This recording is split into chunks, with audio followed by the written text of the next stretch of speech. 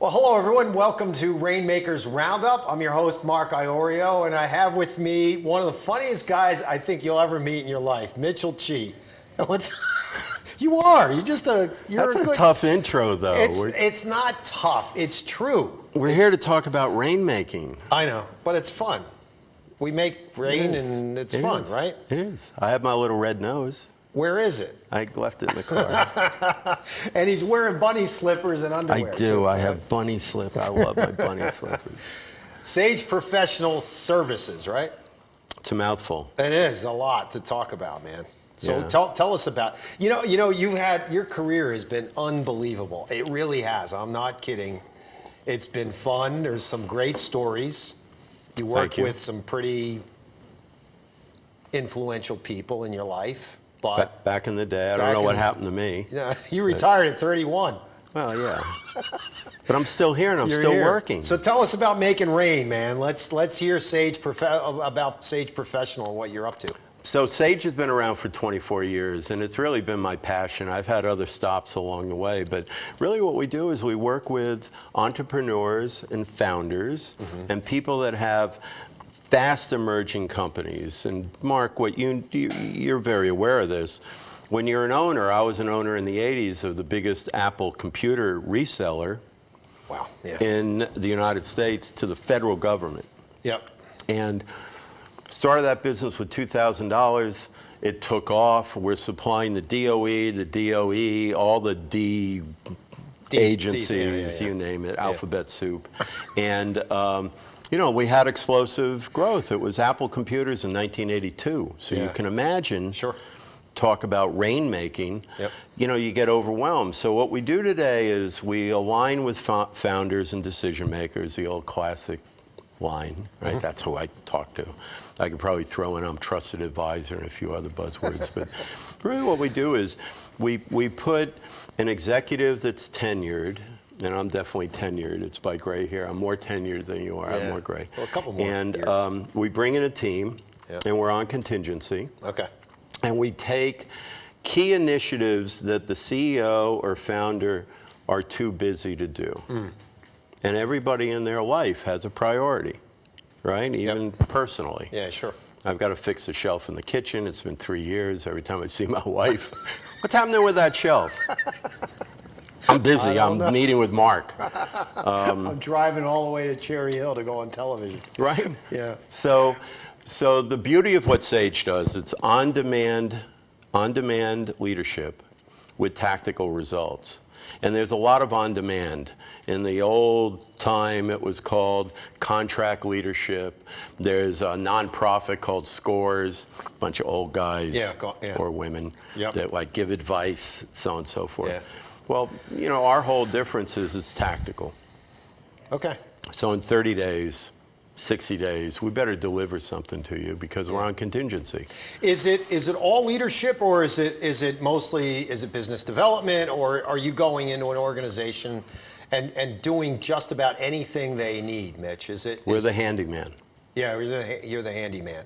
I happen to be from enterprise sales, technology. Yeah. So right now I am with a global supply chain firm that is fascinating. They're headquartered out of Dubai. I finally learned how to spell it. Yeah. And I've taken on a role there, and I've never had more fun in my life. That's great. That's why I retired at 31. I never worked again. Yeah. I never worked again. Well, you're having fun. I want to talk to you about something you said to me the other day that I think the audience needs to understand, and that is, you know, there was a point in time where you know, I even hate to use this terminology, but solution selling was like the thing, right? It was the thing. People would go out, oh, you have pain here, let me go fix your pain. But you talk more about the idea of selling to an objective or selling to an outcome, right? Talk about that for a minute.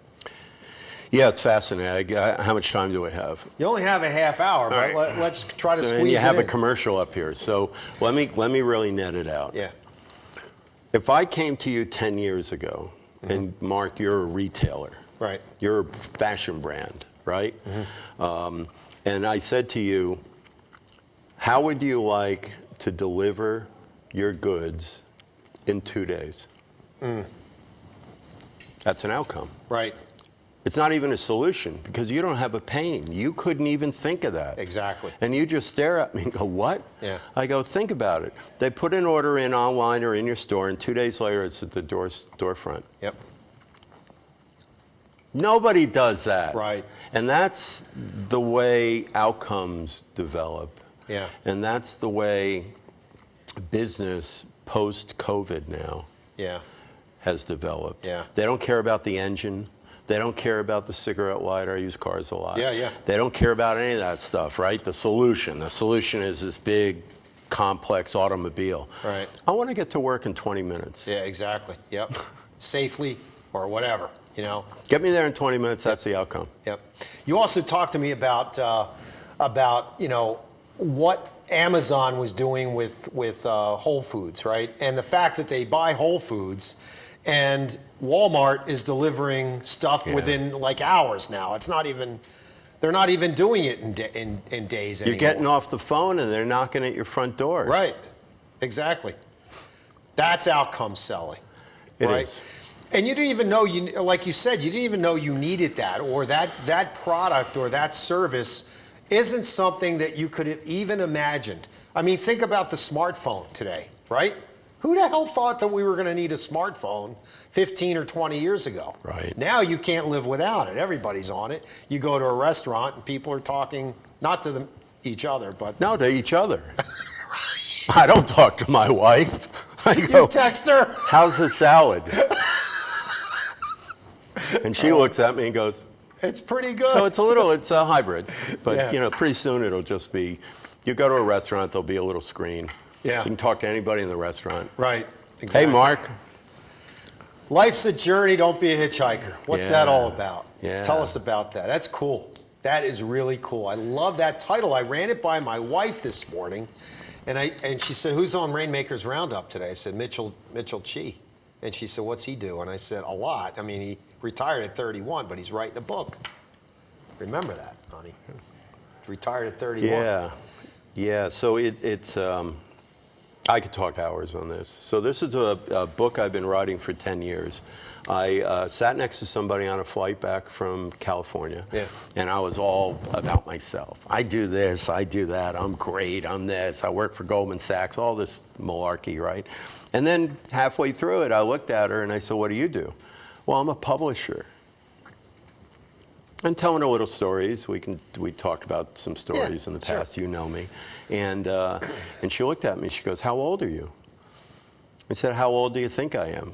Because that's my classic response, right? If they go anywhere south of my age, man, you're close. Like little kids. Right. You're 30. Yeah, I'm 30. You look good, by the way. I don't care how old you are, Mitch. It's all smoke and mirrors. So life's a journey. Don't be a hitchhiker is the frame of this book. And the book really zeroes in on a little bit of my career. And in the old days, it was called Passages. Yeah. Remember that book? It was like this thick and fell asleep with it. And it was good. But anyway, you know, in life, you're only here once on this journey. One time. And if you're going to hitchhike and do what other people want you to do and do things that are in your heart, like, okay, I'll go shovel dirt, I'll make money, and there's nothing against dirt shovelers. But, you know, you really have to look at each day in getting up and putting your feet on the floor. And I tell young people, because I do speak publicly, I always ask the audience, I go, what's your FTF metric? And they're always like, what? What are you talking about? FTF. FTF. Yeah. Feet to the floor. And if your feet to the floor is 3 hours, go find a new job. Yeah. If your feet to the floor are 1 minute or less, you love your job, because when you wake up in the morning, Yeah. that 30 seconds to hit the floor and get going Yeah. is too long. Yeah. If I'm laying in bed 4 hours later going, I'm going to look at what Walmart has today, Yeah. you hate your job. Yeah. And you're only here once. Yep. Exactly. So I ask that question all the time on Rainmakers. What is the passion? Why do you have that passion for getting out of bed in the morning? What is that like? So, can I use FTF? absolutely, with a little service mark after. Yeah, at this I point, have a Venmo account. I'll just Venmo you the money. So you can get that shelf in your kitchen fixed. Eventually. Eventually, yeah. So life's a journey. Don't be a hitchhiker, right? And Yep. all these great. When I spoke to you the other day, the richness of your experience, what you did in your early career, really shaped a lot of what you're talking about in the book, right? Yeah, it did. You know, I'm Chinese Jewish. That's a combo, baby. So yeah, I still eat mushu borscht. Do you? I do. I love it. You've never had it? No. Crepe le romaine? Yeah, no. Oh man, you don't know. Let's go. We'll go. We'll have to go get some. But you know, it was an interesting upbringing, because my father came from China. Yeah. Went to Princeton on a scholarship, missionary scholarship, and went to Princeton. And the rest is a long, boring story. It's chapter 3. But the net is always hard worker. Yeah. Hard worker. Land of the opportunity. Land of opportunity is America. Absolutely. Even today. Yep. You know, the cab driver becomes the next Jeff Bezos. Yeah, true. It can happen here. Yeah, absolutely. Right? Yeah. So, you know, in my early career, I didn't know what I wanted to do. And I went to, got my degree in finance, went to work for Price Waterhouse. After about 3 months, I hate this job. Yeah, I hate this job. So, you know, I just hate this job. And I went to work for Goldman Sachs. Loved that job. And retired at 31. Wow. And got real bored, because your friends don't. Yeah, I know. When you Yeah, retire when early, you- your friends don't retire. What do you do at 31? I mean, you Nothing. can't play golf like all day long. I mean, who does? You don't want to play golf with me unless you have a helmet on. You're that bad? Are you really? Friends take me out. It's like, how did you hit the people behind us? I told you. Oh my God. I don't know. Oh gosh. We're gonna have to take a quick commercial break. When we come back, I really do want to dive. I want to dive into how Sage helps clients, right? But also, what prepped you for? You've had Sage for 24 years, right? Tell us what prepped you for that. Right after this commercial break. Don't go away.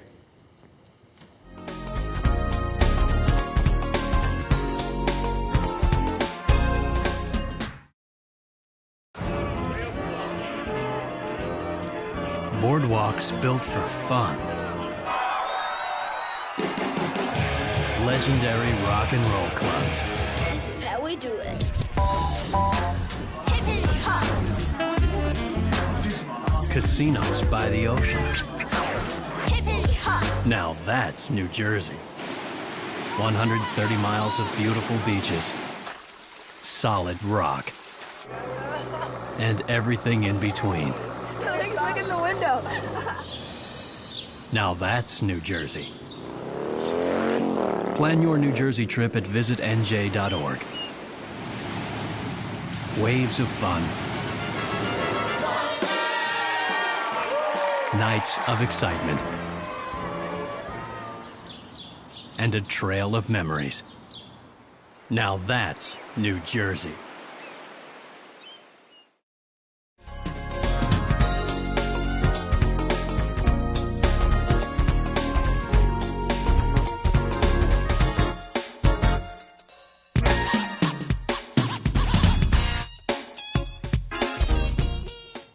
Welcome back to Rainmakers Roundup. I'm your host, Mark Iorio. I'm with Mitchell Chi. Mitchell is the founder, CEO, managing director, chief bottle washer for... Doorman.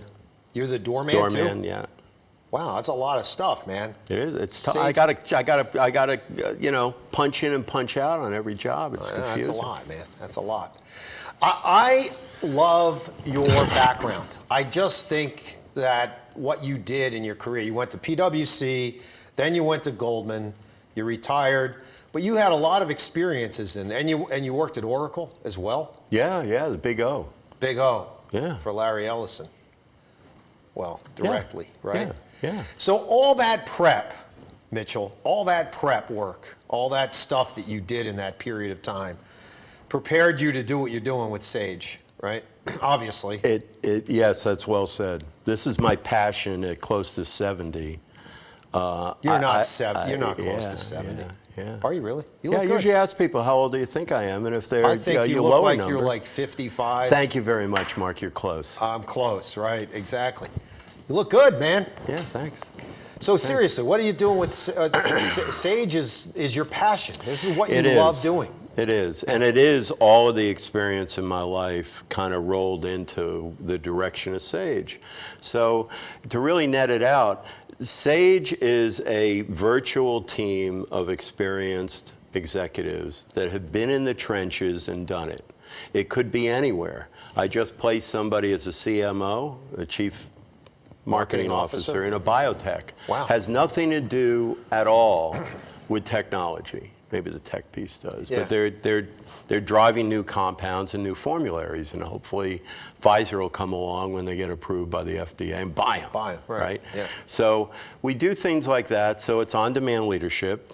Somebody came to me and said, "Hey, I've got to start a whole marketing department because all we have are scientists here, and we got to start thinking through." So I know somebody that's a CMO in pharmaceuticals, life sciences for years and semi-retired. Yep. And when you retire, you don't die. Yeah. So it's like, how much golf can you play? You want to do something a little different, you know? And you still follow your industry. Yeah. So he said, "Yeah, I'd love to do that. How much time do I need to give? Whatever you want." Yeah. They have nothing. So if you can give them 20% of your knowledge, You're good, yeah. you're great. So I put them in. That's an example. And that CMO is very tactical. So he didn't come in and say, "I got a big desk and I'm going to hire 100 people." He came in and said, "All right, I'm the CMO for your investors. Perfect. But I'm rolling my sleeves up, Yeah. and I'm the bottle washer. I'm the graphic artist. I do this, I do that. I'll meet with pharmaceutical companies. I'll meet with the FDA and the ad agency, because those DTC commercials you see at night, of course. they have to be 60 seconds. Yeah. They have to be. Yeah. The FDA wouldn't allow them to have any 15-second Spots. people dancing, Right. Jay-Z on there. Yeah. So that's what Sage does. It's on-demand leadership with tactical results. And in that regard, companies right now just love it, because they're like, I got to hire somebody, I told you in the last piece, and we got to get this up. And by the time it gets productive is 6 months, 9 months. I got overhead drag. I have all that minutia. So there's farmers and there's hunters in the world. Yep. No matter what you are, sales for me. But and I tell people we're snipers. So you need a CMO, I got a sniper. You need a CFO because you're going public, I got a sniper. You need a chief strategy officer, which is a role I'm playing with one of my clients right now. I'm a sniper. Got it. So we come in 30 days, 60 days, 90 days. It's on contingency. We have to hit an agreed upon milestone. We have to, because it's month to month, and it's a contingency. I want you to talk about leadership too, because a lot of times when you talk about on-demand leadership, it's interesting to me, because I believe there's a real gap in the business world in leadership. Not just in business world, but in politics and elsewhere. When you talk about on-demand leadership, Sage coming into an organization and helping someone, a CEO or an executive director, fill a void or fill a gap is huge. Yeah. Isn't it? I mean, because oftentimes that leadership role is really lacking. Talk about that for a minute. So it sounds easier Yeah, I know. than it really is. I know. So when we come in, there's immediate resistance, immediate misalignment. Sure. There's the immediate, who is this person? I've been here 10 years. I wanted that position. Yep. We don't really we're not an employee. Yeah. I wanted that position, and like they went right around me. Yeah. So there's a fair amount of alignment that needs to happen, and there's a culture change. And that culture change is so fundamental to whatever the project is, whether you're a CFO on demand or you're a CMO on demand with tactical, so they get in and do the bookkeeping and get in and do it. But whatever it is, if you don't have the company aligned to what you're doing and the company aligned to what they're doing, they quickly hate you. Yeah. Exactly. And you know, when you hate your job, you're doing everything you can to hand grenade it. Yep. I'm going to prove to them Mark won't work. Right. Even though you're perfectly suited. Yeah. Mark won't work. Yeah. And every day you're doing anti-actions to what you're doing. And when you look at the corporation overall, the corporation is a living entity. Yep. It is a living entity. Sure it is, yeah. There's a heart, there's lungs, I call it sales. Yeah. There's a brain. Yep. It's a living entity. And so alignment is very important. It's very difficult. You know, on the sales and marketing side, I always come in when I'm an on-demand leader, and I talk to the marketing people separately. I talk to the sales team separately, and you would be surprised, Mark, how misaligned they are. The marketing people are like, those salespeople stink. Yeah. Why? I give them great stuff, and they don't sell anything. And then you talk to the salespeople, and it's like, marketing stinks. They give me stuff. They've never been out in the field. I can't use that. Yeah, Exactly. what am I doing with this brochure? Yeah. Instead of looking at the North Star of an organization, right? The purpose of the organization, Mitch, right? Where everyone's kind of rowing in the same direction. There's this infighting. There's silos. There's that tension, that passive aggressive behavior that exists constantly. Absolutely. So you look at startups. There is no misalignment in a startup. Yeah. It's Steve Jobs' vision. I'm employee 4. Right. And you either get on the boat or you don't. Right. But you know, as Apple got really huge, and I was very close to the Apple ecosystem, you know, there was a lot of infighting. Yeah. A lot of infighting. You know, why are we doing an iPod? Right, exactly. Why are we doing that? We're a computer company, and if you listen to Simon Sinek, who I'm a big fan of, you know, he always talks about the 3 circles. Yeah. It's not what you do or how you do it. It's why you do it. Right, that's why you do it. And Apple has their why right, where Dell and HP and Gateway, remember Gateway? Yeah, remember Gateway. All those guys, they fell to the wayside. And, Right. and I'd buy an iToilet, would you? Yeah, exactly. I'd buy an iToilet. They're coming soon. To a store near you. To a store near you. Love it. Thanks. Right? You're quite welcome. This has been great. Yeah, Tell it's everybody always how to get enjoyable. in touch with you and Sage. So we don't have a website for very specific reasons because we run in stealth mode. Yeah. The best way to get in touch with me is if you're on LinkedIn, you can just look up Mitchell Chi. And if not, my email address is mitchellchi, mitchell.chi, at sageproserves, SRVS, sageproserves.com. I think he's the only Mitchell Chi that says Mitchell Chi hiring. We're hiring. I'm hiring on LinkedIn. So check him out. Hire him. You're hired. He's awesome. Thanks, You're brother. hired. Thank you. Good to see you. Thank you. Thank you, Mitchell. Mark. All right, ladies and gentlemen, that's a wrap for Rainmakers Roundup. Love this guy. We'll talk to you soon. Have a good week, everyone.